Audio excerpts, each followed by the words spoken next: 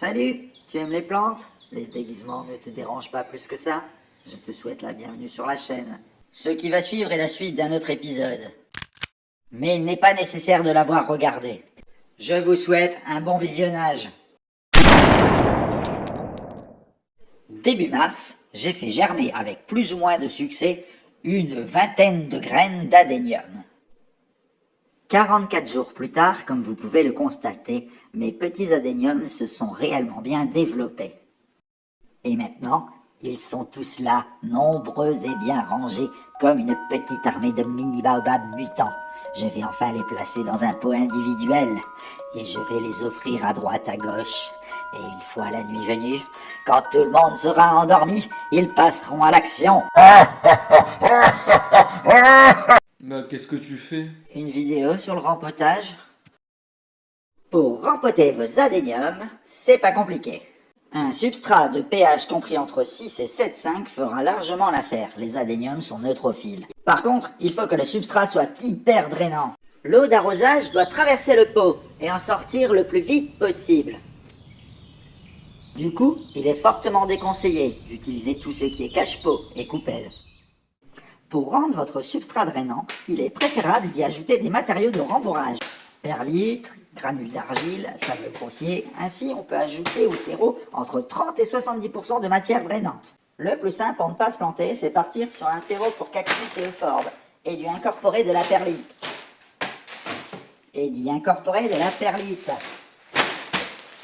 Il est pas un peu gros ce sachet de perlite? T'es jamais content. La fibre de coco est une bonne alternative au terreau. Elle ne moisit pas et elle ne se tasse pas non plus avec le temps. Tu peux arrêter de me jeter des boulettes de papier, s'il te plaît? D'accord. Vous pouvez bien sûr mélanger plusieurs sortes de terreaux ensemble. Si ceux-ci contiennent déjà des matériaux drainants, tenez-en compte au moment de rajouter de la perlite. Si vous vous sentez une âme d'agriculteur, vous pouvez y ajouter un peu de terre de jardin.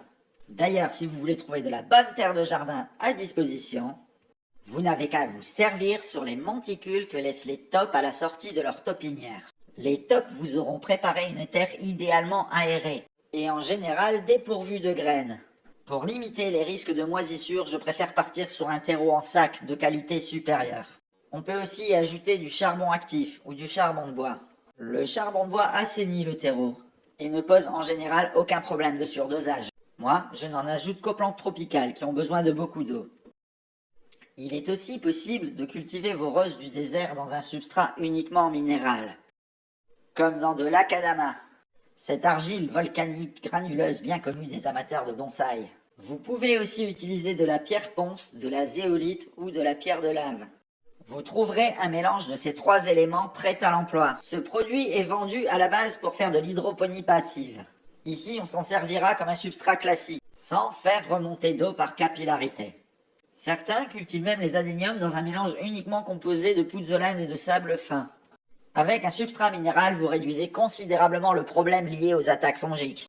Ces matériaux d'origine volcanique ont l'avantage d'apporter des minéraux à votre plante.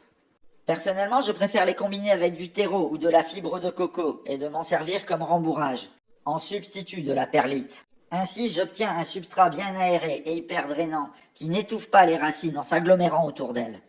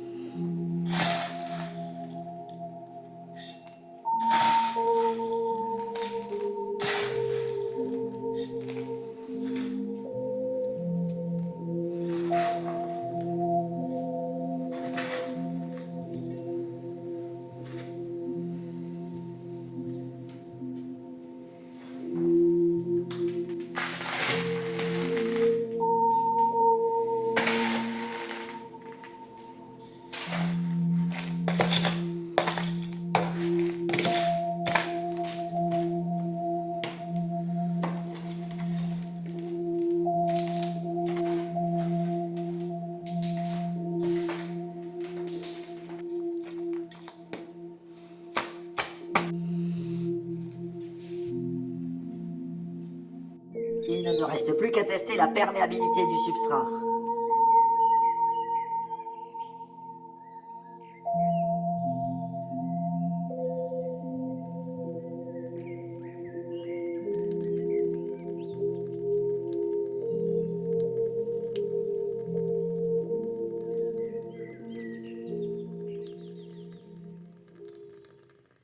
Parfait. Le rempotage s'opère de préférence dans un substrat sec pour ne pas contaminer les lésions aux racines occasionnées par la transplantation avec des agents pathogènes favorisant les attaques fongiques. Avant de faire quoi que ce soit, je vais donc laisser mes petits pots au soleil pour que l'eau s'évapore. Et je vais faire pareil pour le milieu de culture actuel.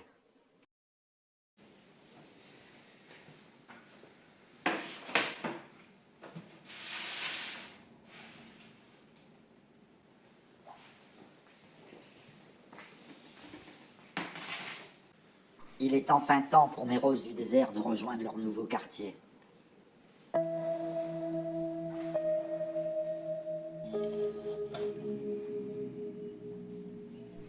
Normalement, lors du rempotage, les racines sont mises à nu et rincées à l'eau. En prévention des attaques fongiques, les racines sont souvent alors trempées un instant dans une solution de sulfate de cuivre. Autrement dit, tout simplement de la bouillie bordelaise. Une fois les racines à nu, on peut alors inspecter les signes de moisissure et amputer les parties nécrosées. Ici, mes petits plants sont très jeunes.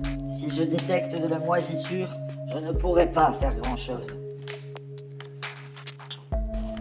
Et je n'ai pas l'intention pour l'instant de tailler les racines pour en faire de jolis bonsaïs. Alors, j'agis précautionneusement, en essayant de laisser un maximum de substrat autour des racines.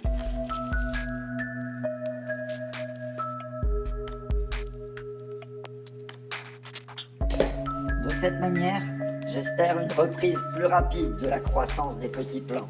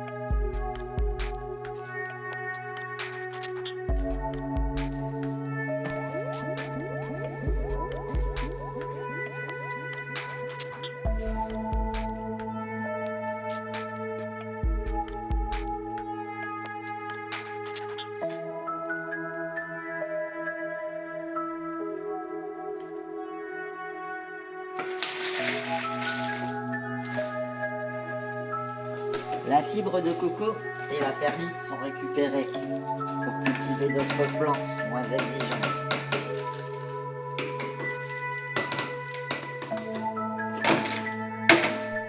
Et voilà, une bonne chose de faite.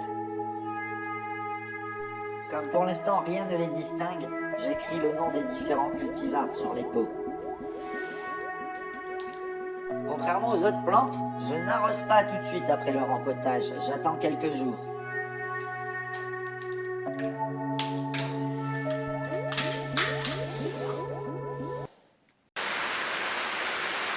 J'ai remis ma petite lampe de culture en place. J'ai constaté qu'elle avait réellement un impact sur la croissance des plants. Les adéniums positionnés loin de la lampe ne présentent qu'une seule tige. alors que ceux disposés à proximité de celle-ci ont développé de petits départs de branches. Quoi qu'il en soit, pour multiplier les branches, il suffira de tailler et de rabattre les adéniums.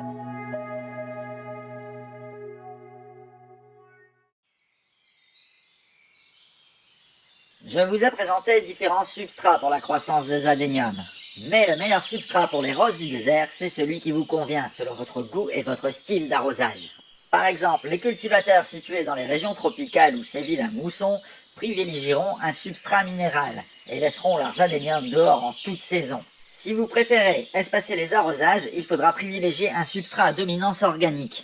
Bien sûr, on n'est pas obligé d'élaborer un substrat compliqué. On peut se contenter de terreau pour cactus et euphorbes sans aucun ajout. Pour moi, préparer un substrat fait partie du plaisir d'avoir des plantes à la maison. Et je souffre peut-être du biais de confirmation, mais j'ai remarqué que mes plantes se développent mieux dans un substrat complexe. Il existe bien d'autres façons de préparer son substrat, comme par exemple avec d'autres types de gravier ou encore de la balle de riz. Pour l'arrosage, il n'y a pas de règle non plus. Je ne vais pas vous dire d'arroser une fois par semaine ou toutes les 2 semaines, parce que tout dépend de votre type de substrat et surtout de la météo. La seule chose qu'il est impératif de respecter, c'est de bien laisser se déshydrater le milieu de culture entre 2 arrosages. Et bien sûr, de cesser complètement d'arroser vos baobabs chacals en période de dormance.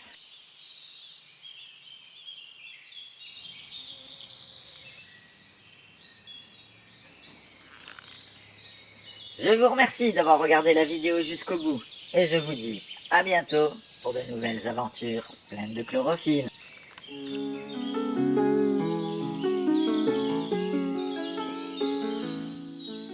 Sinon, j'avais aussi pensé à une fin un tout petit peu plus violente.